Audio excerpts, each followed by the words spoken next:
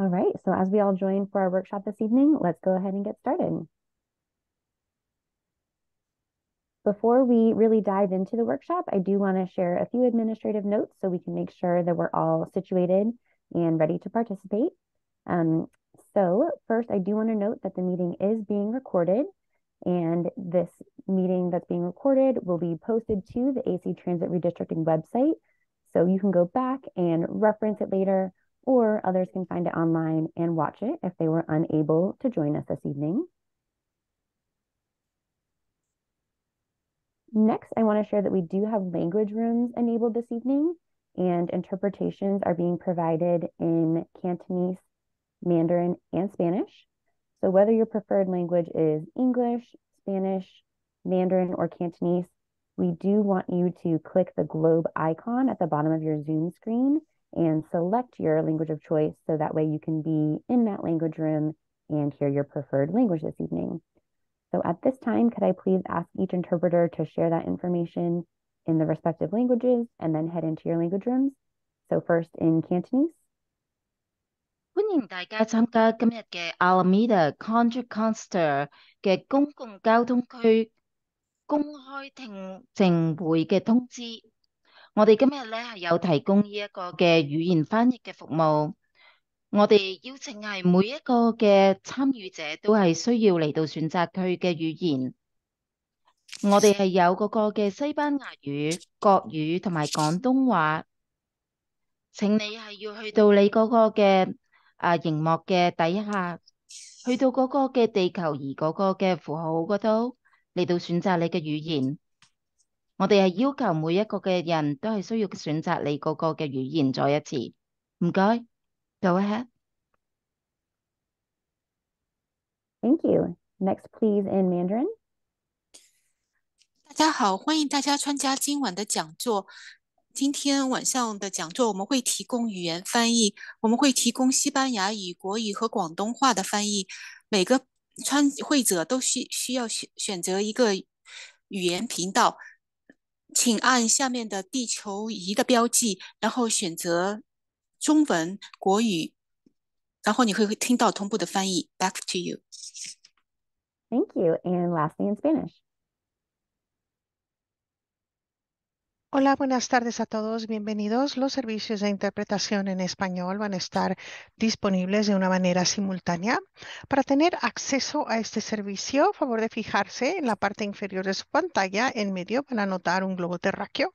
Si pueden hacer un clic, un chasqueo, se les va a proporcionar la opción de elegir el idioma inglés o español. Favor de elegir español y inmediatamente pueden ustedes disfrutar de este taller de una manera simultánea.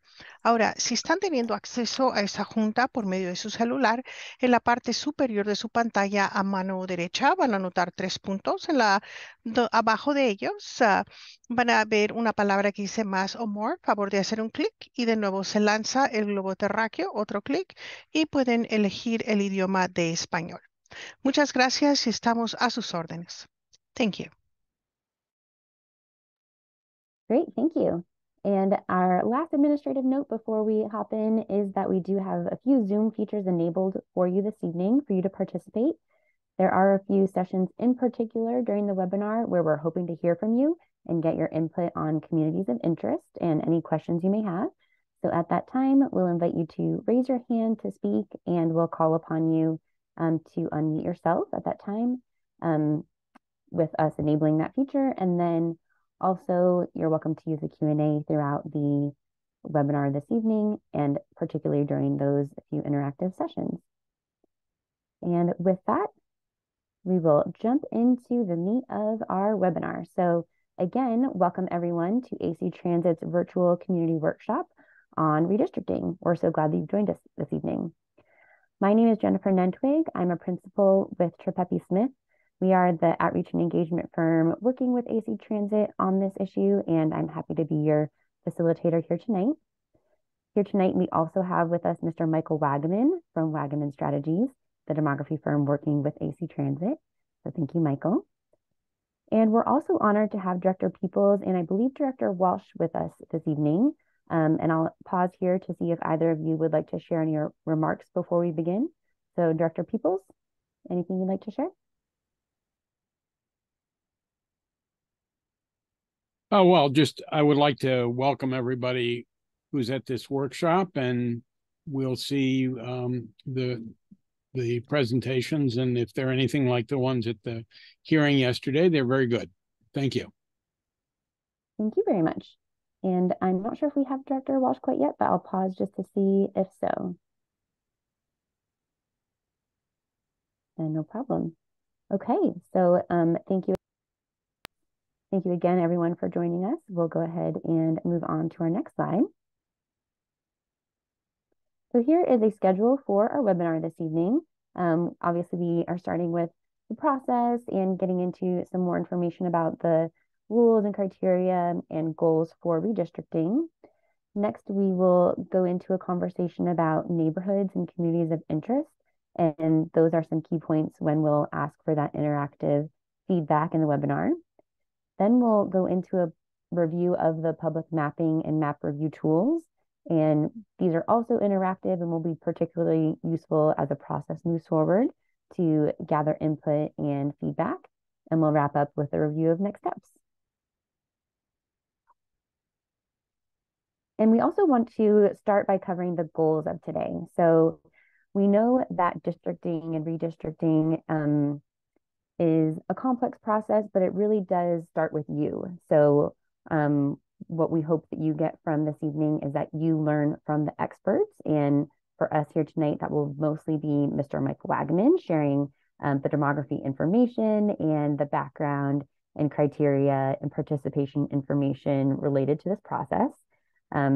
It can be a complex process, and so we really start with the educational piece to help people understand what the process is and why it matters. And then next, the goal is for experts to listen to you. And so with that, our demography partner in this will be wanting to hear from you on your thoughts on communities of interest, on neighborhoods, on everything that you know as experts about your area. So that way it can factor into the process and how the board boundaries may be redrawn. And then the third goal here is that you leave empowered to give effective feedback. So we really still are in that educational stage in the process. And we hope that you get a good understanding of all the ways you can participate, all the tools that will really empower you and your friends and neighbors to share your ideas and your feedback as the process continues. Here is an overall timeline of the process and where we are at this time. So you can see the hearings laid out here. Hearing 1 actually took place last night, and so that has already been completed. And the rest of the hearings are here on this slide, so they will be coming up quickly with the next hearing, hearing number 2, coming up September 13th. And then from there, hearing 3 will be October 4th, hearing 4 will be October 25th, and then hearing 5, where the process could potentially wrap up, would be November 8th. And I will just emphasize that all of this timeline information, all of the meeting details are on that website that we'll continue to bring up throughout the webinar this evening as well. And at this time, I'll turn it over to Michael to share some information here about the phases. Hey. Glad to be here with everyone. Excuse me. Jen was just talking about the schedule here, and this kind of breaks it into the various phases that schedule represents. I'll note this is a pretty aggressive schedule. It's a lot happening in a short period of time. It's important for folks going like, why can't we take more time with this? That's really a requirement of state law, which requires a jurisdiction, once you decide you are going to move to a different method of electing, to do that process relatively quickly. So that's why you're seeing a lot in a short period of time. But within that, there are these distinct phases, and that's on purpose because sometimes people really just want to skip ahead to the end of the story and what are the new lines going to be. But state law really doesn't envision that. It says you want to take the time before you get to drawing any plans, drawing any maps, to really listen to the public and really engage the public, to hear from them about, what they would like to see in the new lines, for there to be a public discussion about what should be in those lines, and to capture information about that will help ensure the best process possible, because redistricting is just like any other public policy. There are trade-offs. There's no such thing as a perfect map. So for anyone participating tonight planning on submitting your own plan, we're sure it'll be great. I will equally assure you it won't be perfect. And somebody, as much as you might like it, somebody else will hate it, because everybody is going to come at this with different values and different goals. And that's why it's really important we're doing it this way. So that we move into October, for those who are just kind of watching now, that's when you'll be able to see the plans that are both put together by myself and any publicly submitted plans, and be able to comment on those. So if you're not ready to quite engage yet, that's okay. There's a whole nother phase to engage in October, moving forward towards trying to be able to basically have a new plan in place come November. So if we advance to the next slide. So what is redistricting? Right now, if you don't know, 5 of the 7 members of the board are elected by districts, or what are actually called wards. For those who don't know that nomenclature or used to districts, it's actually wards for the AC Transit. And 2 are elected at large. What's changing now is all of them going forward will be elected by these individual wards. And that is something that requires changes to the lines, and certain things that might have been working in the past will have to be changed. Certain things that might have been a problem in the past, there might be new opportunities to address. And that all really matters, because at the end of the day, how these lines are drawn will affect how people are represented going forward for the rest of the decade. So this is your opportunity again to weigh in on those issues. If we advance to the next slide. There are lots of reasons why redistricting will happen. This process is largely being driven by the California Voting Rights Act. But there's a lot of other stuff that comes into this, and there's things that are going to be a part of redistricting no matter when it happens. There's new data that's generally available. We'll talk a little bit about that. And there's always new public input. There's always these new opportunities for groups to weigh in. And that's part of why we're here this evening. So if we advance. Here you see the current ward boundaries if you're not familiar with them. You'll see on the screen that they are all of relatively equal size. That's one of the goals of the process, is to end up with districts that are of equal size in terms of population. I'll emphasize it's people, it's not voters, it's not pets and dogs and cats, it's people. That's the standard we use for this. And they work, and so they are relatively of equal size because they were just drawn a few years ago. But if we advance to the next slide, you'll see we have 2 problems now when we're trying to go to add 2 extra wards. A, we don't have 2 wards. There are only 5 shapes on the screen, not 7. So we have to find 2 more. And now they're not close to that ideal size, because before, my ideal district was about 315,000 people. Now the ideal ward is going to be about 225,000.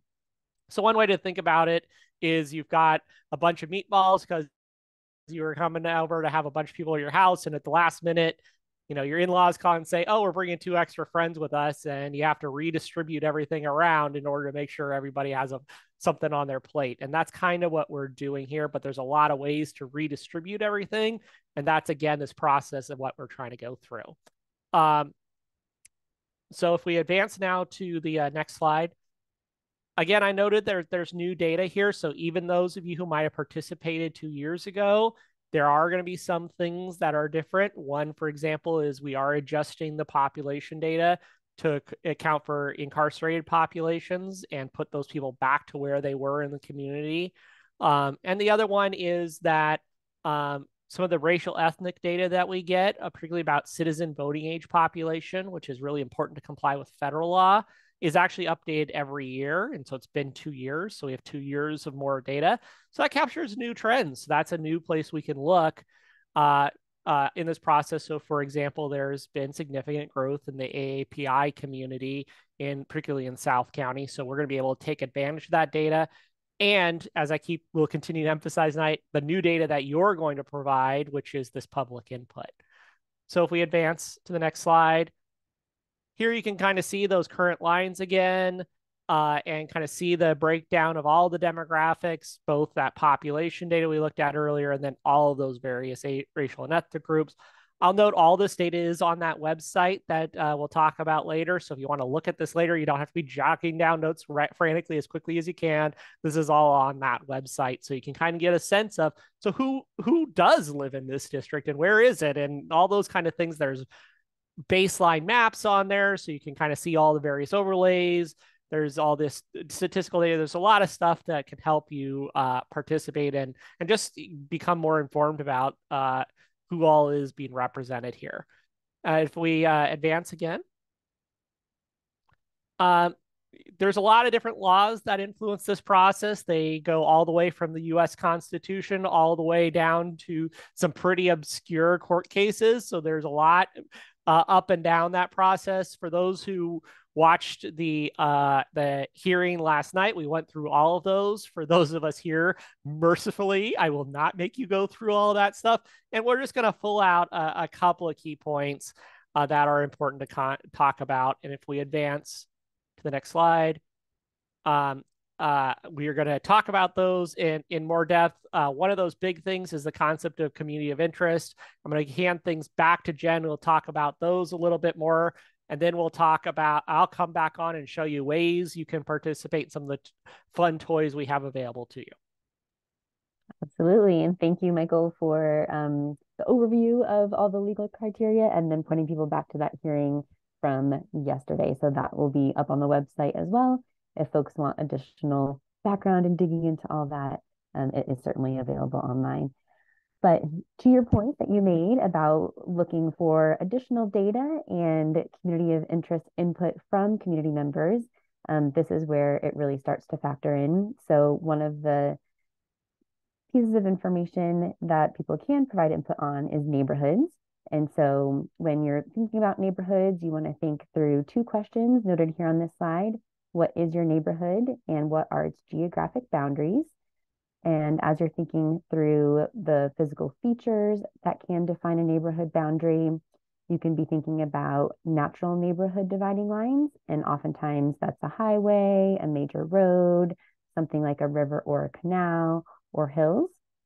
You can also think about nearby parks or schools. That's a really common way for folks to describe their neighborhood and how it's defined. And then just other neighborhood landmarks, whatever that may be, whether it's a library or a grocery store or really those key reference points that you describe. And then our note here, in the absence of public testimony, planning records and other similar documents may provide definition. So in other cases, you know, if it's a city, for example, sometimes they have rough neighborhood maps or different planning documents that can be factored in. So I'll move on to the next slide. And here we have our election code information on really what defines communities of interest. And so communities of interest are related to neighborhoods, but a little bit different.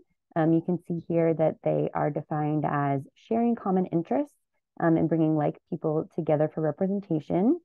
And one of the goals in the process here is to minimize splits of communities of interest into different wards. The law generally does not limit the kinds of interests that may bind a community. So a little bit open-ended, but the goal is generally to keep those communities together. And examples of communities of interest can include common assets like schools and shopping areas, housing, culture and language, and employment. And as we mentioned on the previous slide, you can consider existing data, such as public transit routes, and there is no definitive data set there. So a lot of similarities here. And in a few slides, we will be opening up for your input. And so these are the types of questions we want to have you keep in mind when it comes to communities of interest. And so the first question here is, what defines your community? And that really is the geographic area plus the shared issue or characteristic. So what are those traits that were on the previous slide, whether it's a shared social or economic interest, some kind of policy impact, and really tying that all together to tell your community story. So that's the first question. And then the second question would be, would this community benefit from being included within a single district for purposes of its effective and fair representation? So sometimes that's implied, but really thinking that through and really telling that integrated story of what the community is and the representation impact. That's what we'd be looking for ideally. And then again, for the neighborhoods, as we are about to open it up here, a little bit simpler in the questions, just thinking through what is your neighborhood and what are its boundaries. And then if not your neighborhood, what are other notable areas that come to mind and what are their boundaries? So with those questions in mind, I'll go ahead and open it up now for neighborhoods and see if we have any questions or raised hands on that. And just so I'm more easily able to see everyone, I'm going to go ahead and stop sharing my screen and I'll keep an eye out for raised hands.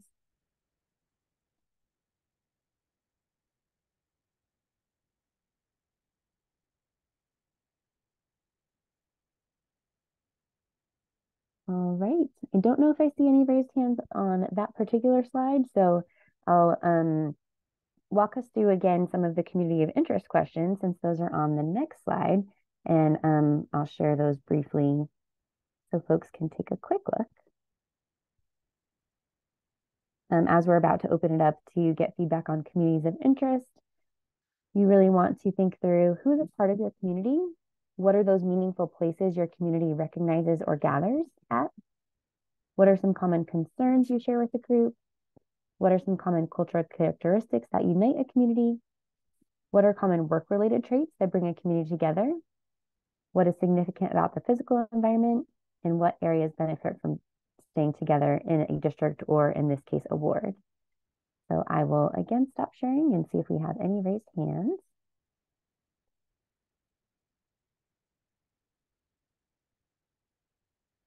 And I know we're early on in this process and really just introducing the concepts, but if anyone here this evening would even have thoughts on what your neighborhood is and how you describe it, we'd love to jot that down. And while folks are thinking, I will note too, if we do have any input tonight, it's important to note that all input will be gathered as official public comment and incorporated into the process. So we actually have a Word document that we are happy to pull up and jot things down if and when we get any official input this evening.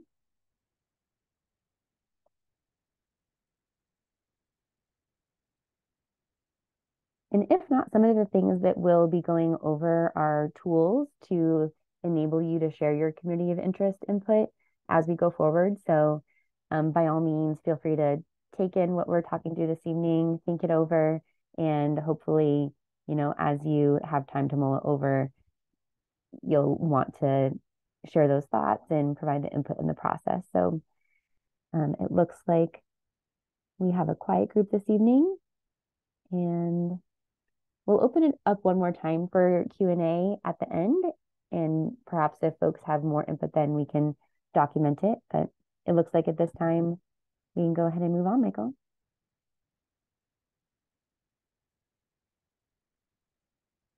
Oh, you might be muted.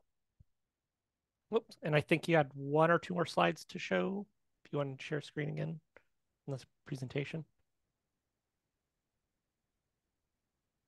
Yep, let me go ahead and do that one moment.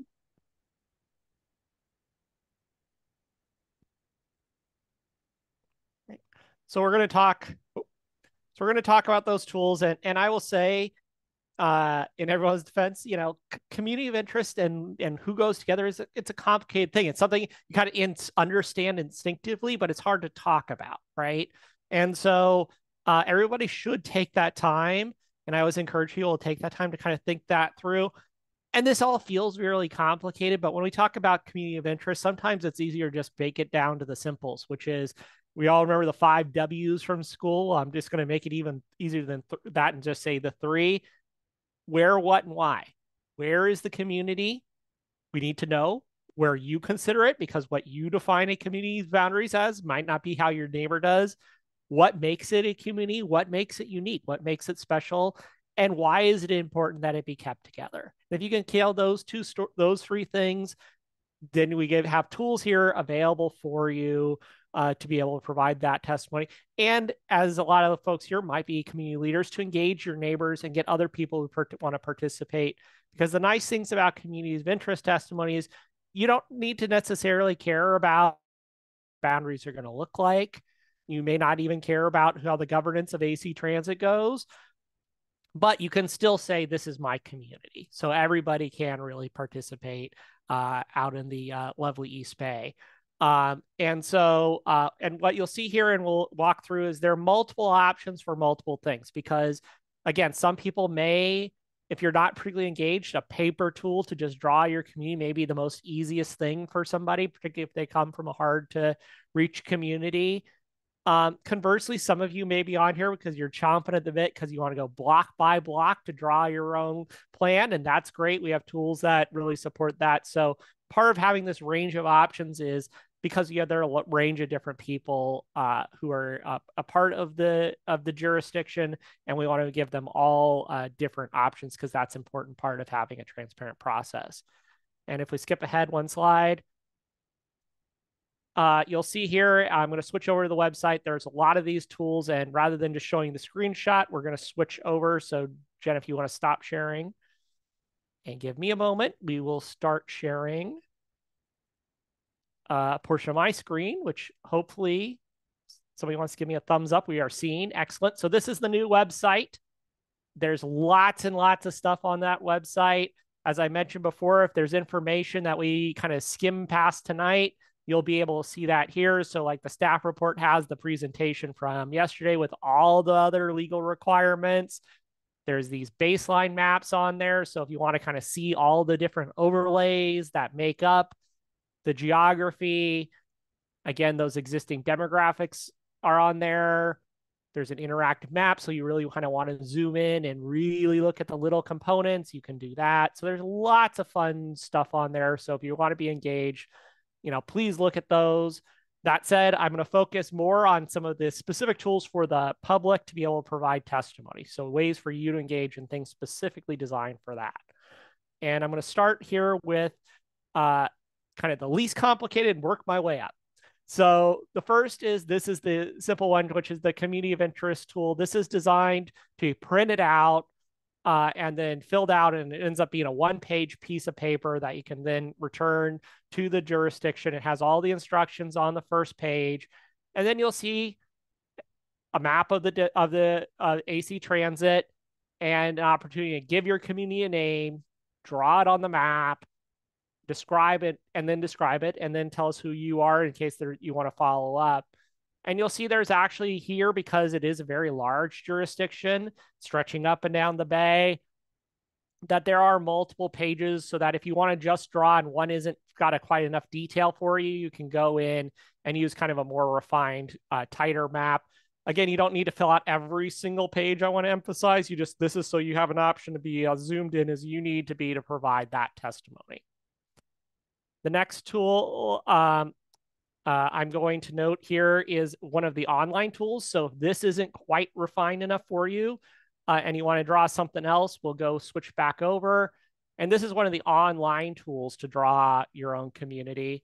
And we're going to see it again with the tool to draw your own plans, your own districts, your own wards. But this is also available if you just want to draw your community of interest. And you see it on there, and you'll see a map of the district. And here you can zoom in as much as you want to any area. And I'm just going to pick some place. So please don't think I'm suggesting this is a community. This is just a demonstration. But you can just zoom in. There's the tools we all know, kind of familiar with if you use Google or anything else. And then you have a set of tools here on the top. The big one that you're going to see here is this one that says paint.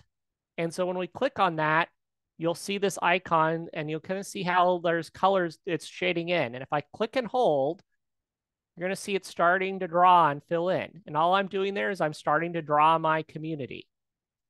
Now, if that is too big a thing, then you can make it smaller. So you can see it's coloring in a smaller area. Or if it's too small and you want to go bigger, you can increase the size and color. And there's an erase tool. So again, you can kind of go the other way. And if you got some stuff you didn't want to, just kind of slowly drawing a shape, right? And saying like, until you get it down to, here's my community. And that's where it's really important though. Don't stop. Give that, just like on the paper form, you want to give that community name and describe it, because that's the way we know what makes that the other W's, right? Not just the where, but the what and the why. So that's what you can do there. And then you can go up to the save tool and then be able to, when you're ready, share it, and then it'll be available for the rest of the community to see. Everybody will be able to see it because this is, again, a transparent process. And most importantly, the board of directors will be able to see it and be able to consider that as public testimony. So let's say community of interest isn't your thing and you really do want it. You're kind of getting the, like, this is exciting stuff. I want to draw a ward. Then again, we have several tools available to you for that. The first one I'm going to show you here is the paper tool. Again, not everybody. There is a digital divide. We want to make sure we're covering that. This is a single oversized piece of paper. If you come to one of the hearings, we always have these out front of the hearings as well. If you come to one of the physical workshops, they'll be there as well. And what you see here is a map that has a series of numbers. Those all represent these little pieces of geography. And if you go to the next page, you'll see the population associated with each of those what are called slices. And what you can do is get out your calculator, get out your Excel spreadsheet, get out your abacus, whatever you use, and just start putting together pieces, right? Until you get close to that magic number. We're trying to get close to 225,000 people in each of these. If you just want to draw one word, that's great. If you want to draw all 7, you can do that too. Keep in mind that all of the different portions have to be touching each other. So you have to, so don't leave anything not assigned to or for, all the portions need to be touching each other. So that's a really important thing to keep in mind. So that's an option there, again, for people who want to do that. For people who want to take the next step up, there is the Excel document that's on the website. On that, you'll see there's a tab that has that exact same map with all of those slices, except this one, you don't need the calculator because on this page, you can see each of those slices has a number and you can just start assigning them to a district. And if you watch up here, you'll see magical things start happening where it's going to start filling in all those population numbers for you and doing all the math. So all you have to do is fill in the green parts until, again, you've drawn your districts, and then you can send that in, that Excel document in, and that'll be used to create a plan. The final option is the online option. This is the most complicated tool, but it's still not that complicated. This is that exact same interface you saw before for the community of interest one. You'll notice 2 things are different from what we looked at. One is this has all 17,000 census blocks available. So instead of having 150 Lego toys to play with, you now have 17,000 to play with. And the other thing that is different here, when we click on that little paint button, remember before there was only 1 color? Now there's 7 because we can draw up to 7 words, right? And so here you can start coloring in just like before, and you start seeing how the numbers are going to fill in. And you're going to start drawing your word and kind of filling it in, drawing it in. And now all of a sudden you see you're over that line, right? So this is the ideal target line. And that's where you're kind of trying to be not exactly, but close to that line. And now we've drawn theoretically 1 word. And you can kind of go in and change colors and start drawing the next one. And this is a way to start drawing all of those individual words that you want to put in there. There's lots of other things in here. So for example, if there's areas you have not filled in, you can double check that you've assigned everybody to a word by just clicking that little button and it see all those little red spots. I missed some people. So you can fix that. You can go under data layers where you can overlay city boundaries if you wanted to. If you're trying to make sure you're keeping Berkeley all in the same district, you would be able to see where the Berkeley boundaries are. And you can also start coloring in by various racial and ethnic groups if you're wanting to make sure that you're keeping track of that information as well. So you can do all those kinds of things. And then again, when you're done, you can save it, publish it, and then that'll be considered as a submission. I will note all of the plans that are submitted by the public will be treated the exact same way as if I drew them. There'll be the exact same supporting information will be created. They'll be presented to the board for their consideration. So nobody's special here in this. We all want to be equally able to engage. So that means when you are submitting plans, if you may have a couple of different ideas, that's fine. There's not a need to submit 50 plans because, I want to make sure, I get it in as many times as I can. It's really about making sure as many options are available. So, really think it through, come up with what you want if you want to take that step. But again, before I stop talking, just will note, you don't, even if this seems like not your thing, you can still participate by just giving us that community of interest testimony either tonight, either at a future hearing, sending in an email, or using one of the tools that are on the website. Before I forget, on the website, there is a guide for that online tool for both the drawing a community of interest or drawing your own district. So if you miss something, again, don't have to write frantic notes. There's almost certainly something on the website to help you with whatever you are trying to do. And with that, I'm going to stop my screen share and give things back to Jen.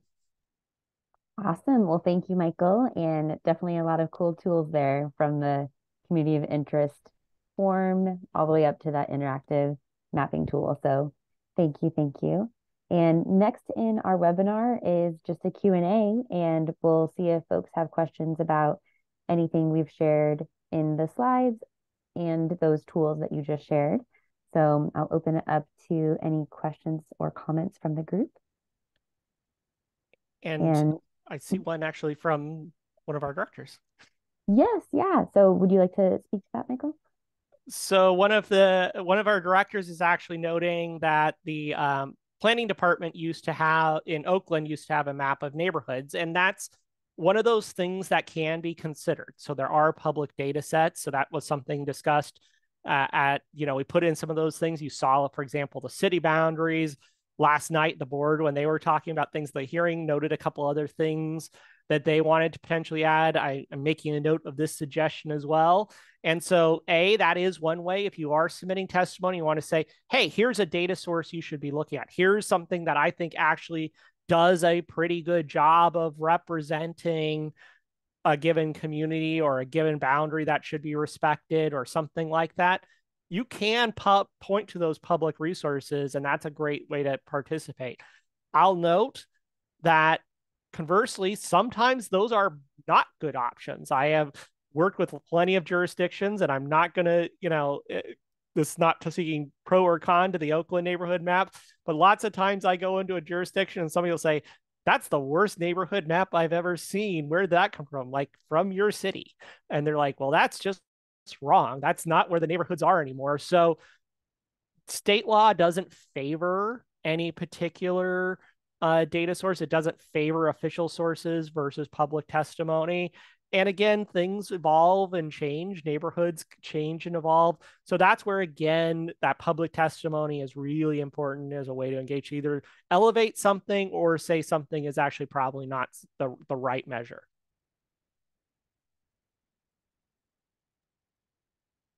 Thank you for digging into that and sharing a little bit of info. That's a good suggestion. And then I'll see if we have any other comments in the Q&A. Let's see. So one question is, are we just drawing communities of interest, or are we drawing all the wards? Would you be able to dig into that a little bit more too, Michael? Sure. So you really have this pick your own adventure as far as how you can participate. If you just want to identify a community of interest, great. If you just want to draw a single ward because you only care about how your particular area is drawn, that's great. If you want to draw a full plan with all 7 wards, that's great too. It's really kind of where you think you can best participate in the process.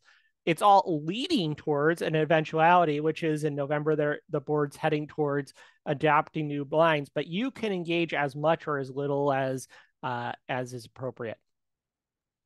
Yeah, and I think that's such an interesting point about just the one ward, in case, like you mentioned, you really only know your single, neighborhood or community best and want to provide just that one input. So the full spectrum, like you mentioned. And then we also have a question in the Q&A. what's the limit of what percentage of ward can go over or under 1/7 of the population? And then do you know the number of that, the 1/7 of the population? Yep. And so this is where we'll hopefully not cause people's heads to hurt too much. But one thing I'll say in redistricting law is nothing is simple and complicated, even as a question as simple as what is equal.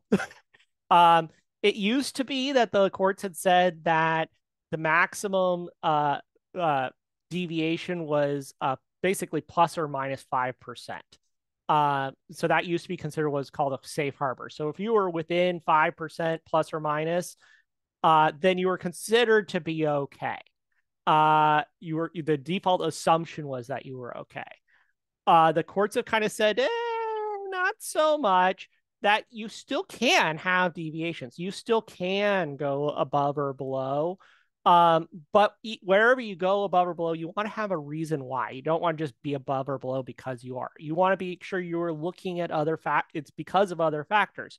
So, for example, as we're talking about tonight, it's okay that a word be a little high or a little low, as long as it is there's an underlying justification, like keeping a community of interest whole, right? If a community of interest is like, oh, we could almost keep it whole if we just had a couple extra thousand people, that's fine. That you are not trying to be right on that line that we showed before. Anything over plus or minus 5%, that 10% total deviation draws a stricter scrutiny from the court. So if you are a more than 5% over or more than 5% under, you're gonna have a higher bar as far as the courts would look at. Those numbers for plus or minus 5% are actually on that paper tool, but I'll read them out loud. It's 213,832 on the low end and 236,339 on the high end. Again, trying to be close to 225, where you have variance in between that. You just want to make sure you have a reason why. And Michael, if folks are interested in using the interactive mapping tool, it kind of indicates to them when it reaches the population. Is that right? So correct. So it'll show in the interactive tool, it'll show you getting closer to that line. So it'll show how close you are to that line. And then in the Excel tool, it will actually show you the deviation for each district. So you'll see those numbers coming together. Awesome. Okay. And then we did get a note here just requesting that the website be reflected to show that really there are different levels of engagement that folks have as options. So I think that's great feedback. We're happy to coordinate on some updated verbiage on the website just to make it clear. You can share community of interest input. You can share ideas for a single ward or all 7 wards. Really choose your own adventure, as we sometimes say. So we can work on getting that updated on the website.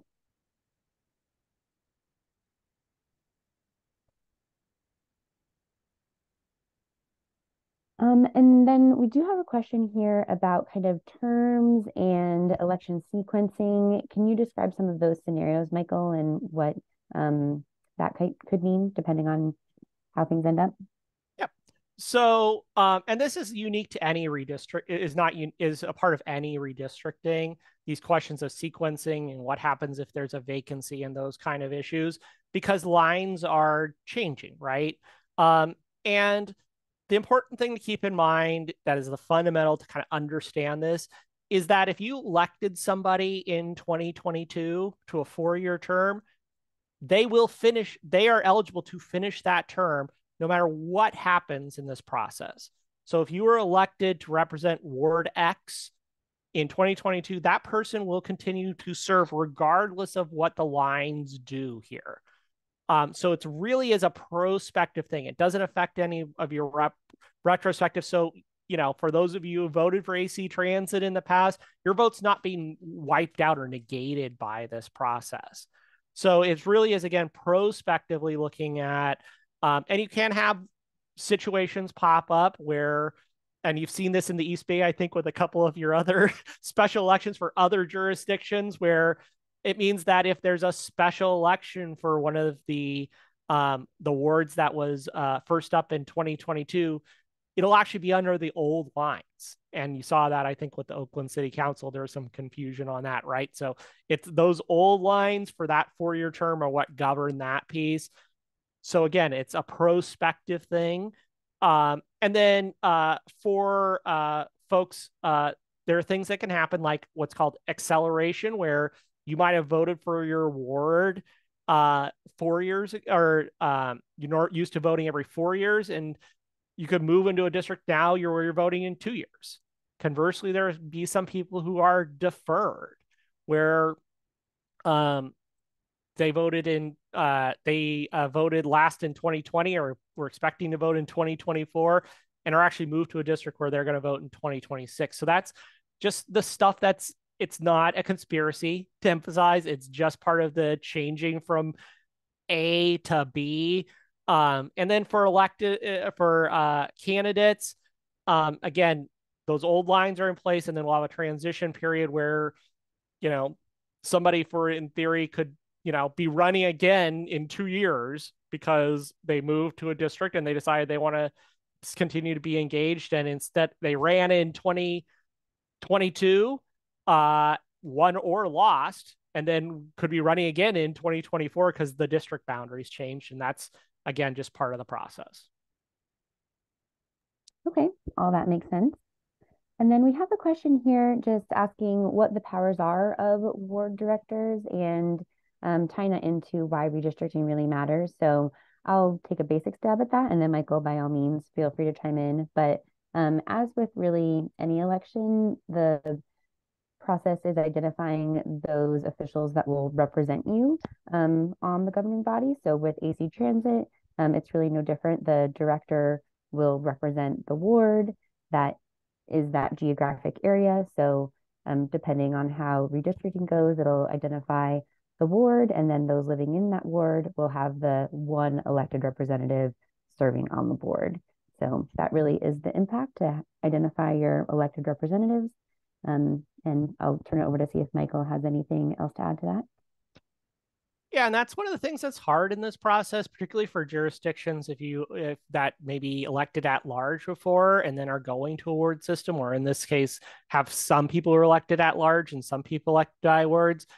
It's really about changing how people are elected to allow kind of smaller communities to be able to elect their candidates of choice that might not have a full and fair representation if they were electing only at large, because they're just not big enough to influence those at large elections. But your elected officials still have those same responsibilities. They're elected by the wards, but they're not just representing that word. They also have to represent the jurisdiction as a whole and make sure that the broader goals and visions and strategies of the jurisdiction are represented, because they are obviously interconnected. In the case of AC Transit, quite literally. I'm not an expert on AC Transit's work. I would, if you want to know more about that, I'd certainly encourage looking at the rest of the website not related to redistricting, and or participating in other non-redistricting meetings. But quite literally, one of the big functions of AC Transit is figuring out where public transit is going to go. Where are those bus lines going to be? When are they going to run?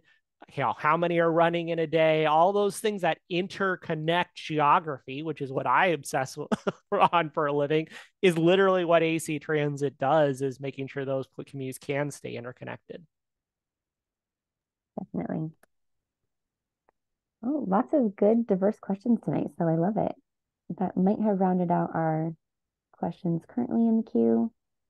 I'll see if we have any other questions or raised hands before we move on.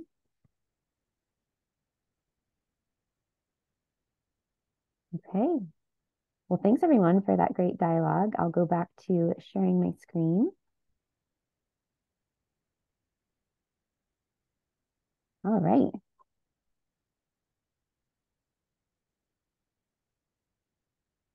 Oh, I apologize. We did get one more question, which we'll cover before we jump into the next slide. And the question is, how big should communities of interest be? And just to make sure we get that right, I will tee that over for Michael. The answer is, you tell me. So, some communities are very small. It might just be, a handful of blocks together.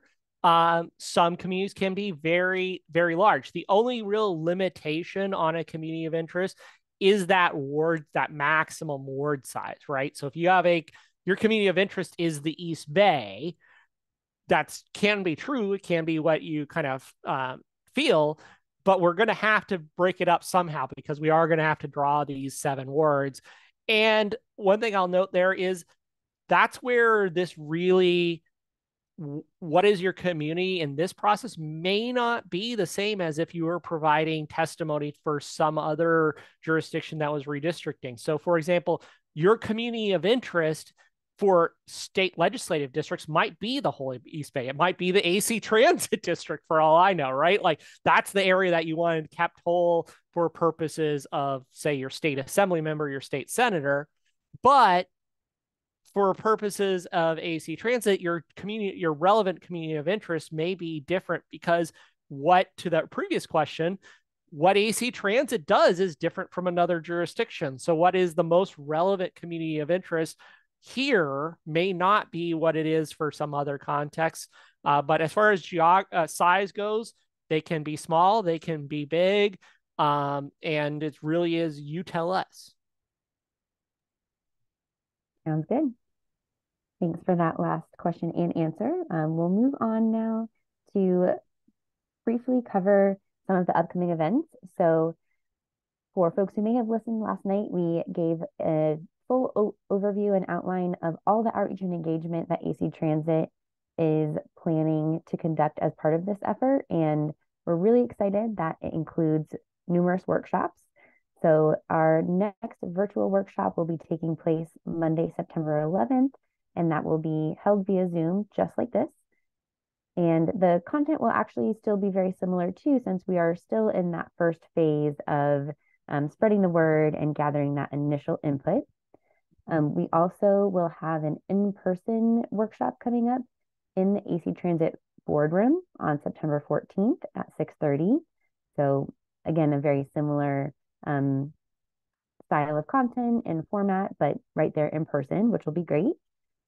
And then September 30th, we have another in-person workshop, and that will be at the Fremont Family Resource Center, kind of spreading out our geography across the service area, providing yet another opportunity for feedback on communities of interest, and getting people together right before we enter this next phase of the process. So then as we enter the next phase, there will be a second round of workshops, a virtual workshop held via Zoom on October 12th at 6:30, and then a final virtual workshop held via Zoom on October 17th. And these will have a slightly different flavor since the proposed plans will be available. Those will be posted to the website. And at that point, we'll be really going over those and asking for any public feedback on those proposed plans that are out there. So as we get close to wrapping up this evening, I do want to emphasize ways that you can continue to participate and stay up to date on the process. So first and foremost, there is the website. This is a one-stop shop for all of your redistricting needs. And you can see the URL there on screen. It's actransit.org/redistricting. There on that website, you'll be able to find all of the participation tools that we talked about today and that Michael walked you through. And you'll find all the information on workshops and hearings, including recordings and slides that you can reference after the fact. And then we do want to invite you to share your input at any time, whether via email at myvoice@actransit.org or by phone at 510-891-7192. And with that, I believe that is everything we have for you this evening as part of this workshop. So we want to thank you again for joining, and we hope to continue hearing from you and seeing you throughout the remainder of the process. So thank you so much for joining, and enjoy the rest of your evening. And thank you, Michael, so much.